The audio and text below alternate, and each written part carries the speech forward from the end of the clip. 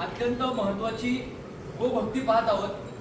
महेश ओम प्रकाश दूत गजराज फाउंडेशन यांनी एक अनोखं गोमातेचं पूजन बांधलेलं आहे. मला वाटत नाही अख्ख्या महाराष्ट्र पातळीवर असं पूजन कुठं झालेलं असेल. यांनी 56 प्रकारचे भोग अत्यंत प्रेमाने गोमातेला चढवलेले आहेत. आणि तुम्ही बघू शकता सगळी वरिष्ठ मंडळी धर्मकार्यासाठी, गोमातेच्या पूजनासाठी, आपला वारसा जिवंत ठेवण्यासाठी अत्यंत सश्रद्धा अंतःकरणातून यांनी अत्यंत सुंदर अशी वसुबारस पार पाडलेली आहे. आणि आपण या सगळ्यांचा आदर्श घेतला पाहिजे. विशेष करून महेश सरांचा आदर्श घेतला पाहिजे. त्यांच्यासोबत काम करणाऱ्या सहकार्यांचा आदर्श घेतला पाहिजे की ज्यांनी आपल्या भारताची आध्यात्मिक संपत्ती, ऐश्वरिक संपत्ती आणि आरोग्य संपत्ती जपण्याचा एक पायदंड घातलेला आहे. मी तुम्हाला इतिहास सांगतो.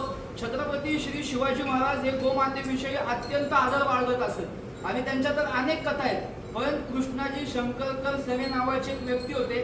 त्यांनी छत्रपती शिवाजी महाराजांना गोमाता ही भगवान विष्णूंच्या चरणापाशी बसून धर्मसंस्थापनेचा आदेश कसा देते याची कथा सांगितलेली आणि ती छत्रपती शिवाजी महाराज अत्यंत निष्ठेने त्यांनी ती ऐकलेली आहे. याच्या व्यतिरिक्त ज्या वेळेस प्रभू रामचंद्रांना इथे धर्मसंस्थापना करायची होती त्यावेळेस त्यांनी अनेक वेळा यज्ञ केलेले आणि रघुकुळामध्ये जे यज्ञ झाले त्या यज्ञांमध्ये हत्तीच्या सोंडेने तूप पेरण्यात आलं. इतकी गोमातेच्या तुपाचं महत्व आहे.